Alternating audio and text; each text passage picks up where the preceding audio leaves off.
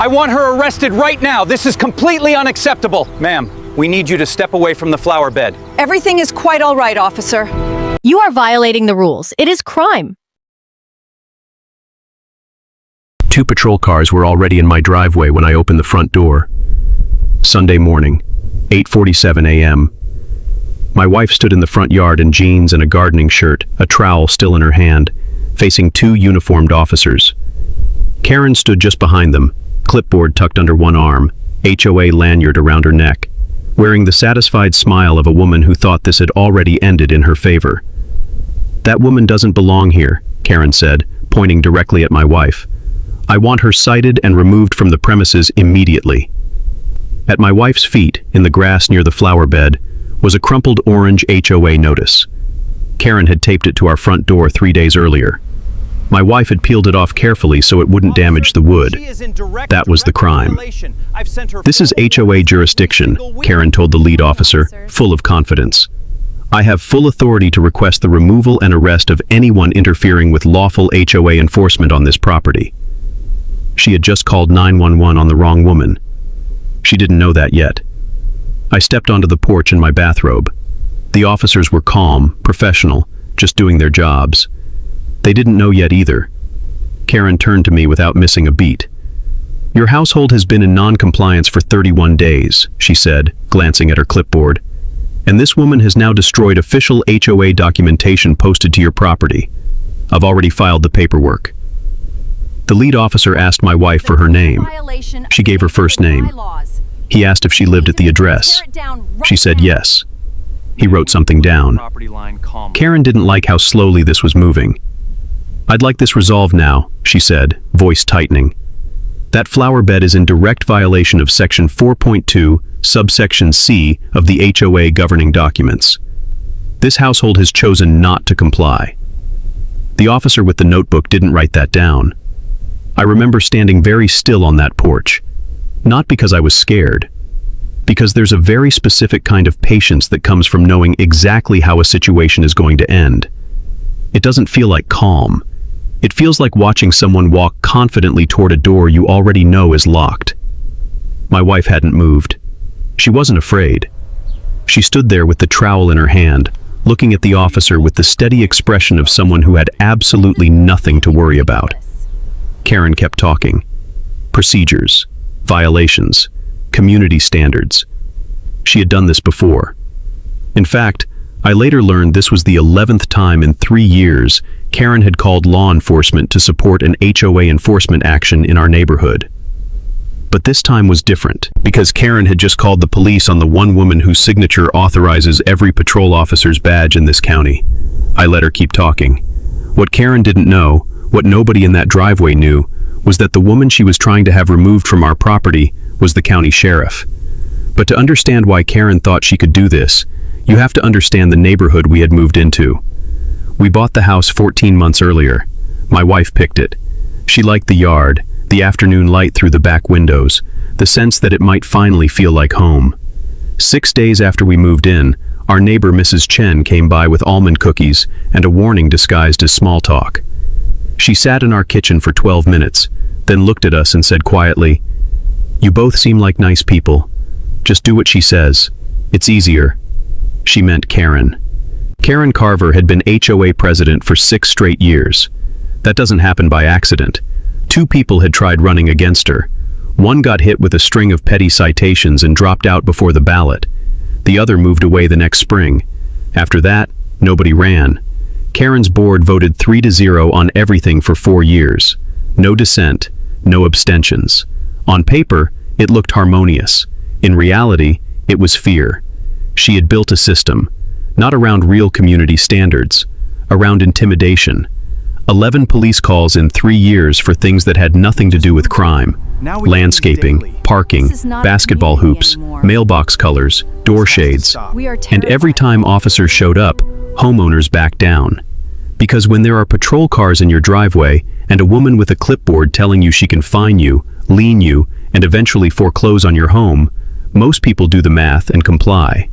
2 doors down lived James Okafor, a retired high school history teacher. Karen fined him over the color of his mailbox post. Not the mailbox, the post. She said his shade of black wasn't the approved black. The original fine was $150. Then came more fines, fees, and administrative costs. 8 months later, he had paid $3,400 to make it stop. Mrs. Chen had her own folder. 23 formal violation notices in 4 years. A wind chime, a doormat 2 inches too long, a planter the wrong shade of terracotta, parking too close to an invisible line in her own driveway. Everyone told the same story. It's easier to comply. My wife listened to all of this and said very little. She worked in county administration, which was true in the most technical sense. She was always careful to keep work and private life separate. Nobody in the neighborhood knew what she actually did. Then Karen came to our front door. She walked up with a clipboard and a measuring tape around her neck and handed me a notice for unapproved landscaping modification. Our flower bed, along the front walkway, apparently violated HOA rules. Fine, $500. Remove it within 30 days or face escalating penalties. I asked which bylaw prohibited it. Section 4.2, subsection C, she said instantly. I told her I'd review it. That threw her off a little. She was used to either immediate compliance or immediate argument. What she didn't know how to handle was someone who simply gathered information, so she escalated. Non-compliance triggers a daily fine of $75 beginning Monday, she said. After 30 days, I will file a lien against the property. After that, the HOA can initiate foreclosure proceedings. Then my wife stepped into the doorway behind me. Karen glanced at her once and dismissed her completely. For the rest of the conversation, she spoke only to me. I suggest you get your wife to undo what she's done before this gets expensive, Karen said. The fine can be waived if compliance is achieved quickly. It's not personal. Then, on her way out, one hand on the gate, she turned and said, I've had lawyers on this street, doctors, even a judge. They all paid up. You're no different. After she left, I pulled the HOA governing documents from the county recorder's office. Section 4.2, subsection C, had nothing to do with landscaping. It governed commercial use installations on mixed zoning properties. It said absolutely nothing about residential flower beds. Karen had cited a rule that didn't say what she said it said. So I started a folder. Every notice, every threat, every statement, every relevant bylaw. I documented all of it. Then I went door to door. Over the next week, 14 homeowners talked to me in detail. 6 were willing to put their experiences in writing.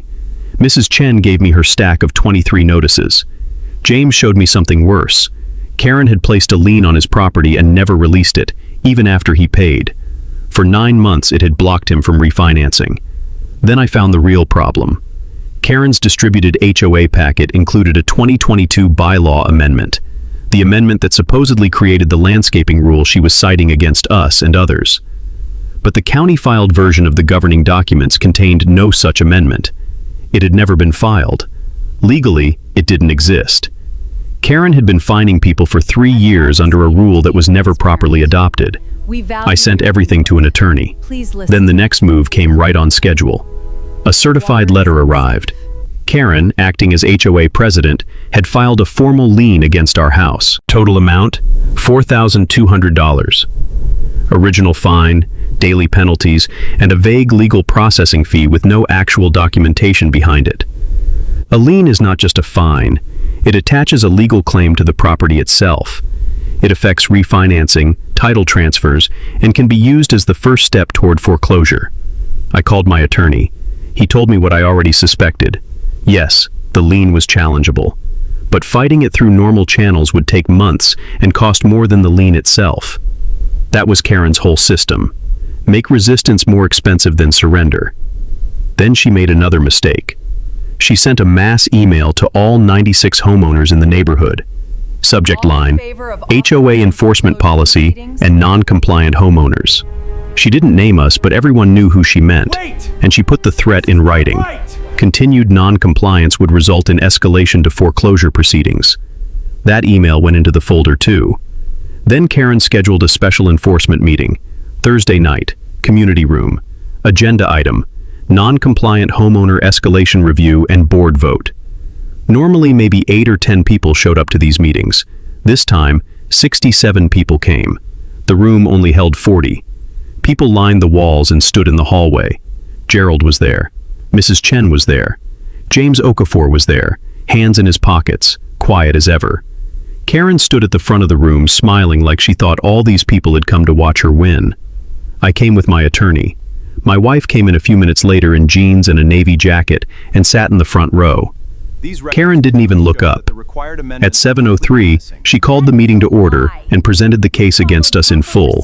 The flower beds, the violation, the fines, the lien, the bylaw citation, Section 4.2, subsection C. Then she said, the homeowner's wife was present during the incident and was uncooperative when officers arrived to document the violation. My wife sat there in the front row and listened to Karen describe her like that. Then Karen called for the vote. I move that the board authorize the HOA's collection attorney to initiate foreclosure proceedings against the non-compliant property at 44 Birchwood Court. Seconded. Approved. 3-0. Then my attorney stood. He said very calmly, before this matter proceeds, the board should address a threshold legal issue. We have reason to believe the bylaw provision cited as the basis for these fines does not exist in the governing documents filed with the county. Karen snapped back that this wasn't a courtroom. From somewhere in the crowd, someone said, "Let him talk." Then a few more voices joined in. For the first time in a long time, Karen lost control of the room. My attorney explained that the official county-filed documents did not contain the amendment Karen had been using. The landscaping rule wasn't enforceable because it had never been properly adopted or recorded.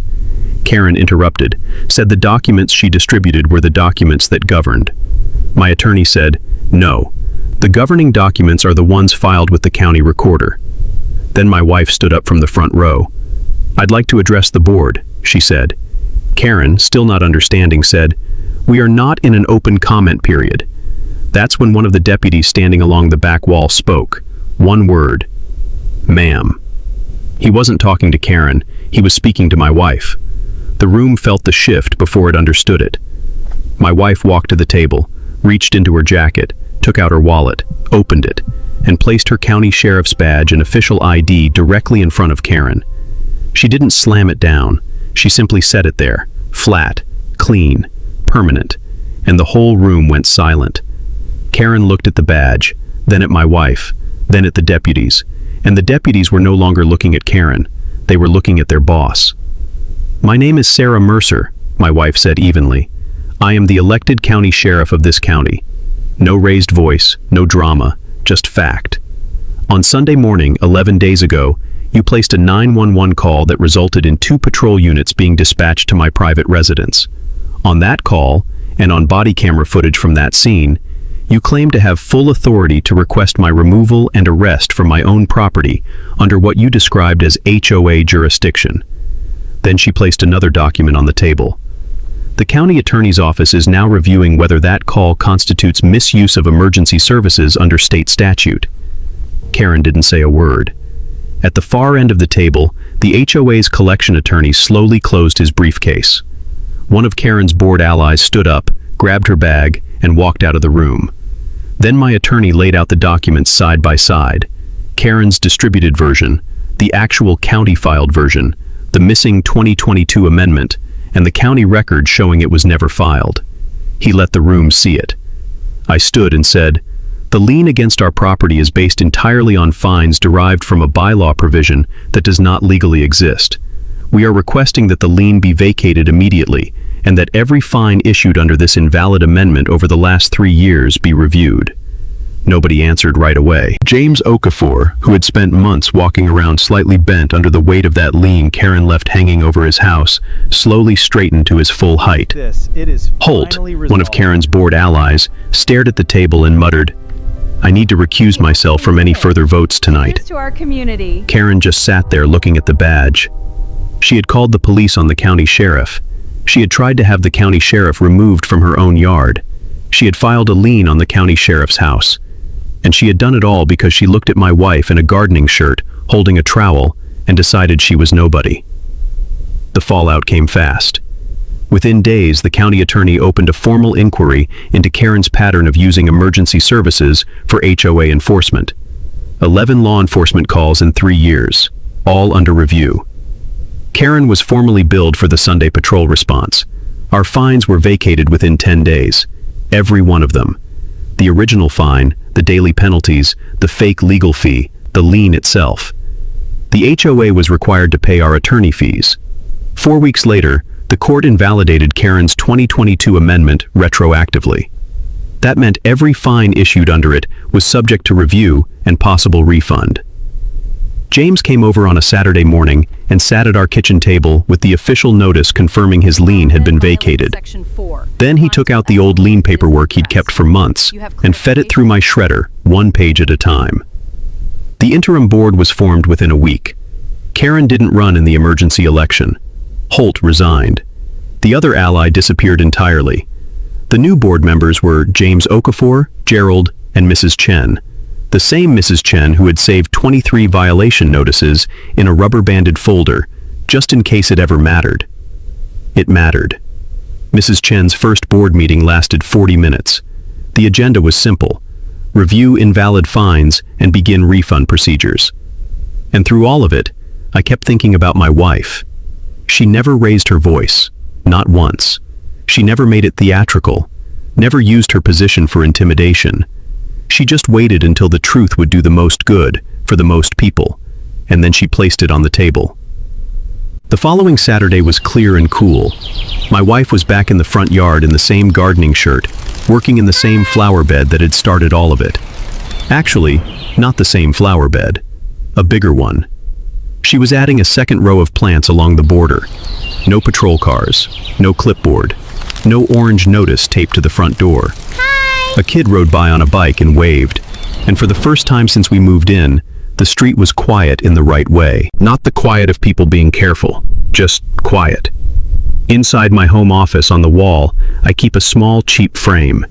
Inside it is that crumpled orange HOA notice, the one Karen taped to our door, the one my wife peeled off to protect the wood, the one lying in the grass when the patrol cars arrived. Beside it is a photo someone took at the meeting that night. In the picture you can see Karen's clipboard, her violation timeline, and in the dead center of the table, sitting on top of everything she thought she controlled, a county sheriff's badge. Some people frame their first dollar. I framed the piece of paper that started a war they never should have fought.